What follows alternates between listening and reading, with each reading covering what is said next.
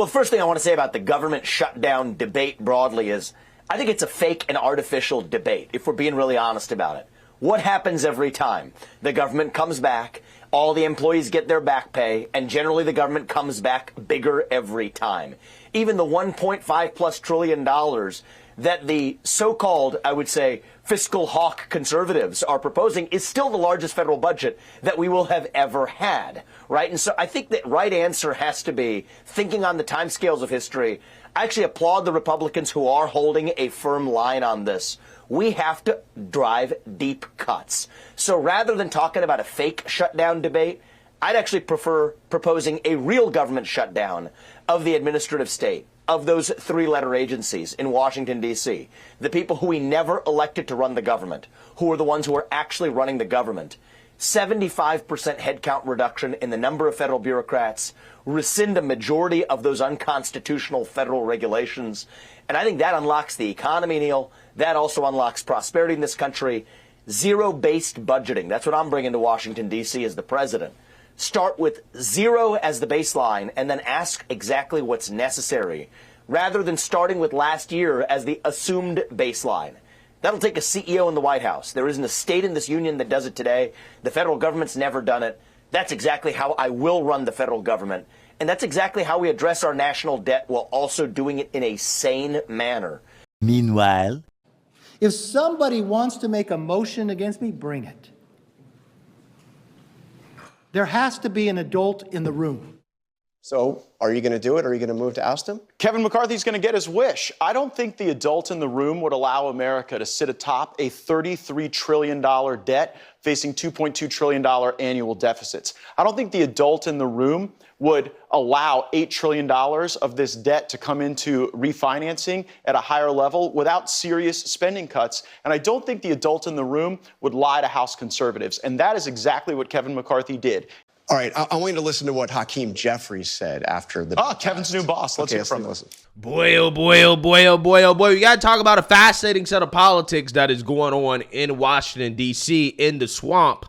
Because, as many of you guys should know, the government nearly avoided shutting down because the politicians all agreed to grant temporary extension of funding for the government for at least 7 weeks or so while they decide on a more permanent package to fund the government. Okay, if you guys haven't been living on a rock, you should know that they've been fighting each other in Congress in regards to how to fund the government. Now, this happens every single year. It is a political football the Democrats and Republicans use in order to get the things that they want from the other side by essentially threatening to have the government shut down. Now, in this case right here, the main people that were holding up the government staying open were members of the Freedom Caucus who simply wanted to have a spending package that included significant cuts to spending and also significant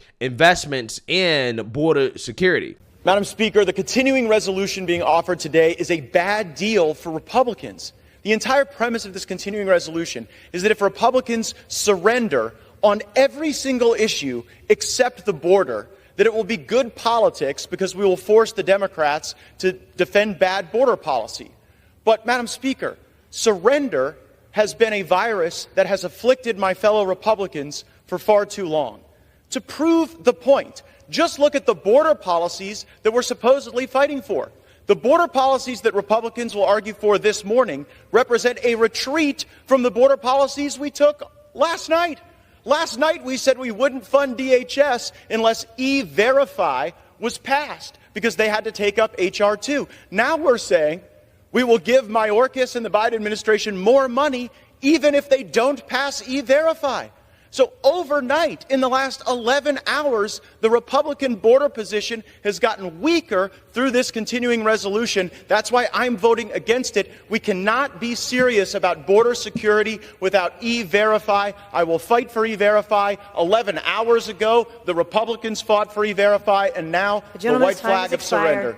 Yeah, so you've seen that, you heard that. Now, E-Verify is just simply a way for the federal government to essentially force employers to fire illegal immigrants. Okay, so when employers have new hires It's supposed to go to a federal database. The federal database confirms whether or not they're in the country illegally. And if they are, then the employer needs to fire the illegal immigrant, right? And essentially, that is a way to kind of take away the incentive for illegals to come here to the United States to work. Okay, allegedly, that's how it works. Again, I'm just being realistic, right? As long as this country is a corporatocracy, I don't see anything being done about the border, to be honest with you guys. That's why Democrats and Republicans don't do anything about it. Trump is the only president, okay, that actually really tried, right? He really tried, but you saw how Republicans basically stood against him when he actually tried to do something about the border. It's because all these politicians are bought and sold by big business, right? And big business, they love illegal immigrants. So with that being said, also what big business loves is war, right? And that was a big part of the debate in regards to the spending package, which was whether or not we would end up funding more of the war in Ukraine. Now, what ended up happening is that Kevin McCarthy could not come to an agreement with some members of the Freedom Caucus.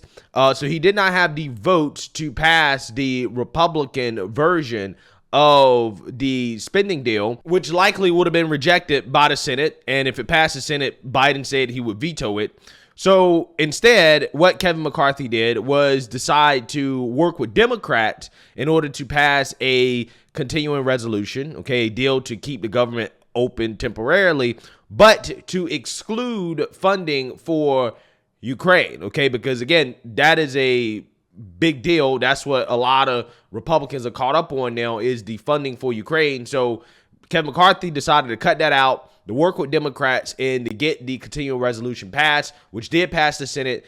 And now the government is going to stay open, at very least temporarily, okay? So with that being said, Democrats, the White House, basically is now preparing for a fight to get more funding for Ukraine aid. I have very good news for the country. Democrats and Republicans have come to an agreement, and the government will remain open. We will have avoided a shutdown. Bipartisanship, which has been the trademark of the Senate, has prevailed, and the American people can breathe a sigh of relief. But this is a bridge CR, and Leader McConnell and I have agreed to continue fighting for more economic and security aid for Ukraine. We support Ukraine's efforts to defend its sovereignty against Putin's aggression. So thank you to my colleagues on both sides of the aisle for their excellent work. The bipartisanship here in the Senate set the tone for today's result, and I hope it sets the tone for the future. I yield the floor. Yeah, so I want you guys to understand what happened here, okay? At first, the Republicans in the House started with steep spending cuts, right? It was like, hey, we want to cut 30%, right, from the budget. We want changes to border security. We don't want any funding for Ukraine, okay? It went from that, okay, because that kept failing miserably in the House. They couldn't get it passed, okay? Kevin McCarthy went from that to essentially giving Democrats everything that they want except funding for Ukraine. So, for example, in the continuing resolution, the temporary agreement to keep the government open, there are no spending cuts. There are no changes to border security. There's also disaster relief in there, which is what Biden wants. I don't think that's a bad thing. And there's no spending for Ukraine. Okay, so that essentially is everything that the Democrats want. That's why they were so happy to pass it, right? Because it's everything they wanted except the aid to Ukraine. However, Kevin McCarthy is being accused of essentially doing a backdoor deal with Democrats in order to eventually get some type of agreement on continuing to fund the war in Ukraine. And that is why Matt Gaetz is going on CNN and essentially announcing that he is going to move to ouster House Speaker Kevin McCarthy next week for working with Democrats to keep the government open and for allegedly making a backdoor deal with Democrats to fund Ukraine. So without further ado, let's go ahead and react to Matt Gaetz and Jake Tapper here. Have been threatening to topple McCarthy, issue a motion to vacate the speakership if he worked with Democrats to fund the government with a clean CR, clean government spending bill, which is exactly what he did. on Friday and Saturday. The House gavels back in tomorrow at noon. Are you going to make a motion to vacate? Speaker McCarthy made an agreement with House conservatives in January, and since then he has been in brazen, repeated material breach of that agreement. This agreement that he made with Democrats to really blow past a lot of the spending guardrails we'd set up is a last straw. And then overnight I learned that Kevin McCarthy had a secret deal with Democrats on Ukraine. So as he was baiting Republicans to vote for a continuing resolution without Ukraine money, saying that we were going to jam the Senate on Ukraine, he then turns around and makes a secret deal. Now, I know you and I probably have different views on U.S. involvement in Ukraine, but however you think about that question, it should be subject to open review, analysis, and not some backroom deal. So I do motion to vacate tomorrow? I do intend to file a motion to vacate against Speaker McCarthy this week. I think we need to rip off the Band-Aid. I think we need to move on with new leadership that can be trustworthy. Look, the one thing everybody has in common is that nobody trusts Kevin McCarthy. He lied to Biden. He lied to House conservatives. He had appropriators marking to a different number altogether. And the reason we were backed up against this shutdown politics is not a bug of the system, it's a feature. Kevin McCarthy's goal was to make multiple contradictory promises, to delay everything, back us up against shutdown politics, and at the end of the day, blow past the spending guardrails he'd agreed to. So how many Republicans do you think will be with you in your motion to vacate? Because obviously for people at home who don't know, you need 218 votes to get him out of the speakership. You don't have 218 Republican votes. You're going to need Democrats. Let's start with the Republicans. How many Republicans do you have? Well, enough so that when you host this show next week, if Kevin McCarthy is still the Speaker of the House, he will be serving at the pleasure of the Democrats. He will be working for the Democrats. The only way Kevin McCarthy is Speaker of the House at the end of this coming week is if Democrats bail him out. Now, they probably will. I actually think that when you believe in nothing, as Kevin McCarthy does, everything's negotiable. Okay, but and I think he'll cut a deal with the Democrats. Let's be honest here, though, because if you succeed in vacating him, you also will have to make a deal with the Democrats. You also will have to get Democratic votes to kick him out. Absolutely, I will make no deal with Democrats and concede no terms to them. I actually think Democrats should vote against Speaker McCarthy for free. I don't think I should have to deal them anything. You're not going to cut any deals with him? Absolutely not. And I don't think that any Republicans that share my view on Speaker McCarthy would cut deals with Democrats. But here's the thing. I'm done owning Kevin McCarthy. Right? We made a deal at the end of in January to allow him to assume the speakership, and I'm not owning him anymore because he doesn't tell the truth. And so if Democrats want to own Kevin McCarthy by bailing him out, I can't stop him, but then he'll be their speaker, not mine. Yeah, so there's a whole lot of politics going on here, right? I mean, there's rumors that Matt Gaetz might try to run for governor of Florida, right? So you always got to keep in mind what the personal political aspirations of these guys are when they come out here and they say this stuff. Again, I'm not saying that he's doing it in order to, increase his profile so that he could, again, make a run at governor of Florida. I'm not saying all that because, Kevin McCarthy is a snake, right?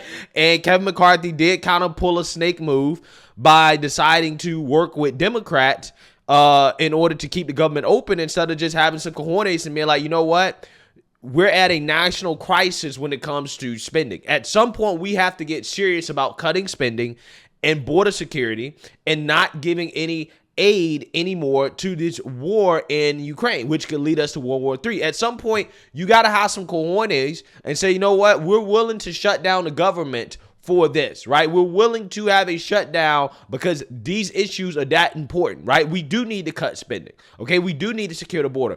At some point, we need to do something about these problems, okay? We can't just keep kicking the can down the road, which is what Kevin McCarthy agreed to. We can't just continue to do that, right? The leader of the Republican Party must be willing to leverage everything to get what we need as a country. At this point, we have to stop spending. Our national debt is out of control. We cannot continue to spend the way we're spending. We've been living high off the hog, right? And yes, you're going to hear it from Democrats. Hey, you're cutting lunches. You're cutting aid for poor, obese people, right? Yeah, we get all that, right? We get that, okay? But I'm telling you, we've been living high off the hog, okay, as a country, right? At some point, we got to force people to go back to work. You got to get off the government teat, okay? You need to get a job, right?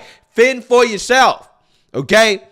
Because we cannot afford, and I'm not talking about just social programs. Hey, we need to look at cutting some military spending too, right? We got to look at cutting spending across the board. The only place we can't really afford to cut spending is at the border, right? We need to make sure the border's secure, right? But I'm just saying, we got to look across the board and decide that we got to make some hard cuts, right? And that is what Republicans started with, right? But they ended up with essentially nothing, right? They ended up doing everything that the Democrats wanted them to do, except Ukraine. And again, it's, you know, in my opinion, I mean, if I was a betting man, I would bet that eventually Ukraine will get funded, right? Because secretly, Kevin McCarthy's on board with it. He flip-flops on the issue to try to play people in public, to try to pretend that he's America first. We know he's not. He's a snake. Right now, again, in regards to Matt Gaetz and his ordeal about having Kevin McCarthy removed as speaker, again, it's hard to imagine him actually getting that done without cutting some deal with Democrats, because Democrats, again, I mean, what happens is that they remove Kevin McCarthy, then you're going to have a whole nother situation where you have to vote on a speaker, right? So, again, there could be a ton of chaos coming in Congress with the potential ousting of Kevin McCarthy, along with having to continue to negotiate on a budget, to negotiate on Ukraine aid. You also have Biden's impeachment inquiry, right? There's a ton of things going on in Congress that over the next few months is going to be a shit show, right? There's no doubt. This is going to be a soap opera, right? This is going to be a drama, a reality TV series in Congress over the next few weeks. So again, you know, I personally think that ultimately it will end up being business as usual. Okay, I don't think that Kevin McCarthy's actually going to get ousted, but maybe he could get ousted. If I was a betting man, again, I would bet that things will continue as usual. It's just going to be a lot of drama and fireworks. And the reason why is because, again, the GOP really ain't got that much cojones, right? They ain't got the cojones to actually shut the government down and to hold the Democrats' feet to the fire, even though the American people actually are blaming Democrats for the shutdown. Even though they have all the leverage in the world, Kevin McCarthy's already shown us time and time again he's not actually willing to use that leverage against Democrats and to go all the way to get what is needed for the country. So, hey, let me know what you guys think. Make sure you like, comment, and subscribe. Most importantly, share a Black conservative perspective. Peace.